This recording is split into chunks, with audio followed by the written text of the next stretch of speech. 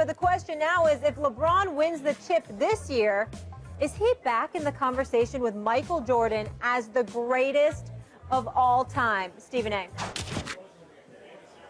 Well, listen, we all know I'm here in Cleveland, and the city's great, and they're treating me wonderfully. But I have to say this, because I'm always going to be real and I'm always going to be honest. No, it does not put another championship, does not put LeBron James in a conversation as Michael Jordan. That's right, I said it. The fact of the matter is, I don't care. I don't care. That's right, I'm here and I don't care. Let me be very clear about this. Who cares? Let me be very clear. Yeah, they're booing the wrong dude. He really don't care. I'm going to say this one. Hold you on. don't care. Listen to this. Michael Jordan went 6 for 6 with 6 NBA Finals MVPs.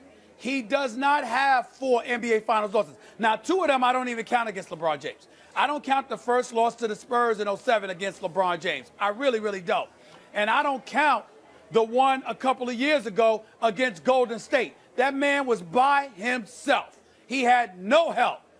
But are we going to deny or gloss over what we saw against Dallas in the NBA Finals back in 11 when they lost to the Dallas Mavericks in those 4 consecutive fourth quarters?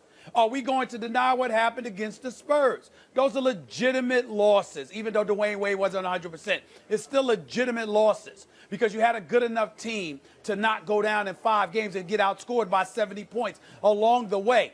We are talking about Michael Jordan, the GOAT. It don't matter what city you in. It don't matter what state you're in. It don't matter what damn country or continent you're in.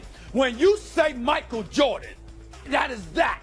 The only other MJ that has ever mattered as much is Michael Jackson, God rest his soul. And that's about it. Yeah. So let's be clear. We respect the hell out of LeBron James. He's on the Mount Rushmore of basketball, probably. He's one of the greatest players we've ever seen in our lives. He deserves all respect and everything. But we need to stop a tad bit shy. He does not get to go to usurp Michael Jordan because Michael Jordan was unblemished. And oh, by the way, LeBron James has won a Game 7 in an NBA Finals. That's the one thing he got over Michael Jordan. Oops, I forgot. Michael Jordan never allowed the series to get to a Game 7. There is no discussion. It is what it is. LeBron James, mad love and respect, but let's pump the brakes. It's only one MJ, baby. It's only, I mean, damn it, it don't take off the M, it's the J. You call it whatever you want. It's Michael Jordan. Co-sign on most of what you said, and to just I'm going to get to that in a second. To let LeBron fans know, who always say, well, LeBron got to finals, you have to get there to lose. Jordan didn't get to finals a lot of years. Let me just tell you something. Jordan never played with another All-Star. Never, not one time, until Pippen made his first All-Star game. The first time Jordan played with another All-Star, Scottie Pippen, he took the Pistons, who were champs, 7 games. They were the reigning defending champs. He took them 7 games. Pippen had a headache, couldn't play, a migraine, couldn't play in Game 7, and they lost. Had he played, maybe they win. And Pippen was pre-prime. The next year, like his PER, all those numbers jumped to prime levels. Jordan didn't win the finals in under 7 games again. So all that, well, it took Jordan, it's nonsense. Jordan is the greatest who ever lived. And when LeBron choked 4 fourth quarters away against Dallas in 11, that ship had sailed, right? Or so I thought. Because I can't believe I'm saying this, and I don't think it's going to happen, but I got to say it. When LeBron was down 3-1 to a 73-win Warriors team, I was on Sports Nation at the time. I turned to the camera, and Marcellus Wiley was making some LeBron James excuses. He loves him some LeBron. And I said, I don't want to hear it, LeBron. No one wants to hear the excuses. This is when your back's to the wall. Muhammad Ali fought guys. He was the underdog. You know why we remember Muhammad Ali? It's not just the social stances he took and what he sacrificed and risked. It's that he did the impossible. Go ahead, LeBron. You want to be one of the all-time greats? Do the impossible. Come back down 3-1 on a 73-win Warriors team and have to close them out in Game 7 on the road. And you know what? He did it. That was amazing. And I'm here to tell you, Stephen A. Smith, I don't think they're going to beat the Warriors in the finals this year. And we all know what the finals are going to be. I think LeBron loses, just like I thought he'd lose to the Warriors this year. But if he comes back and does that again, this time with a Warriors team a pumped up, much better version because instead of Harrison Barnes, you have KD. He does that again. I got to tell you, unbelievably, maybe the ship hasn't sailed because I think he's back in the conversation. Whether or not you win the argument, he's at least going down as the second greatest player of all time, and he's back in the Jordan conversation. The reason I think the ship has sailed is because I don't think he can do it. But after what he did last year, I just can't count him out. It's a possibility. I can't give him that. And the reason why I can't give him that is because whatever you mature into, you deserve a lot of credit for that. But Jordan deserves more credit for having it from the moment he arrived in this league. When Jordan arrived in the NBA, in his second season, because if you remember, he had the knee, went down, he came back with a few games left. Former GM for the Chicago Bulls, Jerry Krause, was determined to keep him out. Jordan said, to hell with that, I'm playing. This is when Jordan was rocking the red and white sweatsuits with the gold chains, looking like a skinnier version of Mr. T at the time, for crying out loud. This is when Jordan was that dude. And Jordan rolled on the court and dropped 63 against Larry Bird and the Boston Celtics, where Larry Bird called him the closest thing to God he has seen. I'm paraphrasing here. In the end, what it comes down to, when we've watched Jordan, who religiously averaged over 30, who was an all-defensive player, who was a leading scorer, who did this, who did that, Michael Jordan came into the league, and from the moment he arrived, he put the world on notice that the only person alive who could stop him was Dean Smith, his former coach at North Carolina. The LeBron James that we're seeing now not only took years to get to that point, but literally had to depart from Cleveland, go to South Beach, join forces with D. Wade, who was a big brother to him, and Pat Riley, who was the winner within, and literally after blowing the series against the Dallas Mavericks, had suffered so much that he had to lock in, zone in, start reading, who knows whether it was Shakespeare or Socrates. He probably spoke to you about that. He had to do all of this stuff, zone out the rest of the world. There's so much that he had to go through for the first 9 years of his career that when you look at Jordan, yes, LeBron James deserves all the credit in the world for being one of the greatest ever and elevating himself to the clear greatest player on the planet that he is right now. But the difference between him and Jordan is that what LeBron matured into, Jordan walked into the league with that. Jordan just said, damn it, could some of y'all get me some help? Because we know I can't do this by myself. But damn it, they need to flex. You don't have to worry about me. You have to worry about LeBron. You did not have to worry about Jordan. There's different ways of measuring the greatness. For example, we agree that Jordan's prime was a little bit better than LeBron's prime. And even the advanced stats that LeBron uses to help him in his game say Jordan was a little better than you. Jordan was a little better than you, LeBron, in his prime. But there's another way to look at it. You're drafting a team.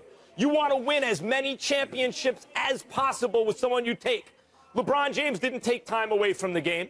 He's there every season. He doesn't miss playoff games. He makes everyone around him better. He's in the finals every year. The point is, if LeBron finishes with, let's say, 7 chips to Jordan's 6, if LeBron overcomes a team the level of which Jordan never had to, which I don't think he's going to do. One of the reasons we agree about this is I don't see the Cavs winning the chip this year. But if they do, and the Warriors, barring any injury, they come into this series 69, 70, 71 win team, crushing everyone. Now they got KD, and LeBron still figures it out.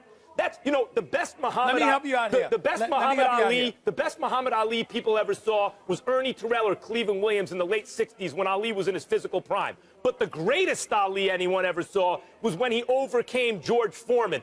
40-0, 37 knockouts. No one could beat him. 5-1 underdog. Somehow figured out a way to get it done. LeBron beat Foreman last year. This is not a super team. This is a super duper team he's playing this year. If he does that again against this Warriors team, he's in the conversation. No, he's not. I can tell you a way he can get there. If LeBron has 4 years left in the league and he wins all 4, or he wins, or he wins 3 and ties Jordan. I mean, like literally goes the next 3 or 4 years, and every year ends with us talking about LeBron James as the title, because you keep forgetting one very, very important thing. Michael Jordan, after the first three-peat, his daddy died. After his daddy was killed in North Carolina, Michael Jordan decides to step away from the game 1 full season. Second season comes. He stays away for most of that season. Comes back with 17 games left in the regular season. Comes back, loses to Shaq and Penny and Nick Anderson and those boys in the semifinals. So that was really a wash because he came back with 17 games left after playing baseball. Yeah. Wasn't really in that kind of basketball shape, et cetera, et cetera. I'm saying that to say a legitimate argument can be made that Michael Jordan would have won 8 straight.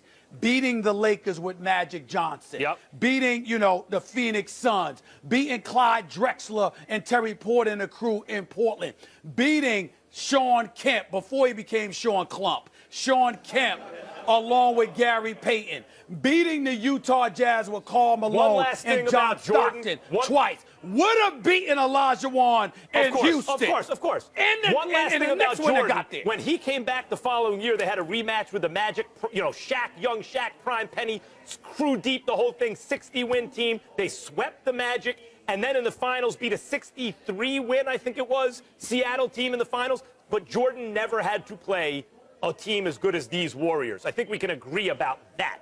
This Warriors team is better than any Jordan had to play. Wait a minute. You could say that because the new rules facilitate that. Okay, well, but if the old rules hold on. If the old rules applied, then the Warriors wouldn't be as good as they are because you'd be allowed to be physical with them. But they don't. Hold on. Wait a minute. No. But it's important to point out that the physicality of what existed in the NBA is something that most guys wouldn't be able to deal with today. Right. Jordan overcame that en route to his dominance. You can't ignore that. The best players in any era are the players best adapted to win in that era. I mean, you can't hold the rules change against LeBron. We're not questioning the era. I'm saying if you're going to compare him to a guy that came from a previous era, which is Jordan, I can bring eras into the equation because Jordan ain't playing now that LeBron James is. Jordan's the greatest player of all time. If LeBron upsets the Warriors this year, he's in the conversation. Thank you for making my point. I appreciate it. Very touching of you. Thank you. I'm so touched. Thank you for agreeing. All right. On that note, let's leave it there. So LeBron brought the city of Cleveland its first championship since '64. The last Indians title was 1948. They'll be trying to change that starting tonight. You know what it is. The First Take Your Take viewer contest is here. You could win a chance to debate Stephen A. and Max right here on national television. All you have to do is go to firsttakeyourtake.com. Upload a 1-minute video with your and only your best original sports debate. Please keep it clean. No music, team logos, trademarks, or copyrighted material. 2 winners will be selected by our show staff. So get to work, people. We want to see you at the desk taking on Stephen A. and Max. Here's a few of our latest submissions. To think that a super team is being made to beat LeBron James would have to have a winning finals record. He's given away more rings than he's earned. Nobody really cares about beating LeBron James. Then on the other hand, you got to say that there's no one person that can answer for LeBron James. I beg to differ. You got to look at Kawhi Leonard, what he's been doing since the 2013-14 season. He's the only person who ever held LeBron James from going to the free throw line for a whole game. Let's look at Kevin Durant, who could have joined Miami, could have joined Boston, could have started amazing franchises there, but no, he had to already join an established franchise to have a secure bona fide route to the NBA Finals, which I'm sure we can all agree Warriors are going to the Finals again. No, LeBron, you are not the reason that the sun rises in the morning. You're not the reason the sun sets in the evening. The world does not revolve around you. People play in the NBA and try to win championships. Stephen A., what do you think? I wasn't that impressed. With those. First of all, 2 dudes, especially one dude with the white shirt on, was all wrinkled and everything, looked like he just woke up. There was another dude that looked like he was trying to look like Allen Iverson with a blazer on, with the braids and there's only one AI. So I had a problem with them, and nothing that they said truly resonated with me. I'm here in Cleveland, Ohio, with hype fans. I don't have time to be watching folks that's not bringing it. If you're not going to bring it, don't do the damn video. I'm telling these people, I'm watching the videos every day. I'm judging them accordingly. And I wasn't very impressed with those videos. I was very disappointed with those videos that I just saw. They almost reminded me of how Max can be sometimes. How dare you? Now, see, there are two things in this business. This business is a lot like the hip-hop game in the sense that up here you're an MC. So what counts? It's the lyrics and the delivery, right? Who spits the flyest, basically, like the actual content of what you're saying, who has the best of that, and then how much flavor do you bring? And I have to agree with Stephen A. Smith for once on this show. The content, the lyrics were all right, and the flavor was okay. You got to have one or the other, or preferably both. I appreciate everyone submitting, though. Tough crowd here. Well, listen, no, wait a minute. You go ahead and you appreciate them all they want. I had this, you know what, I put together this contest because I wanted to give the people a voice. You're going to take time out to be on national television with your video. You need to bring it. And they didn't bring it. I saw some, I've seen some on Twitter. Am I lying? I've seen some on Twitter. They got to bring it.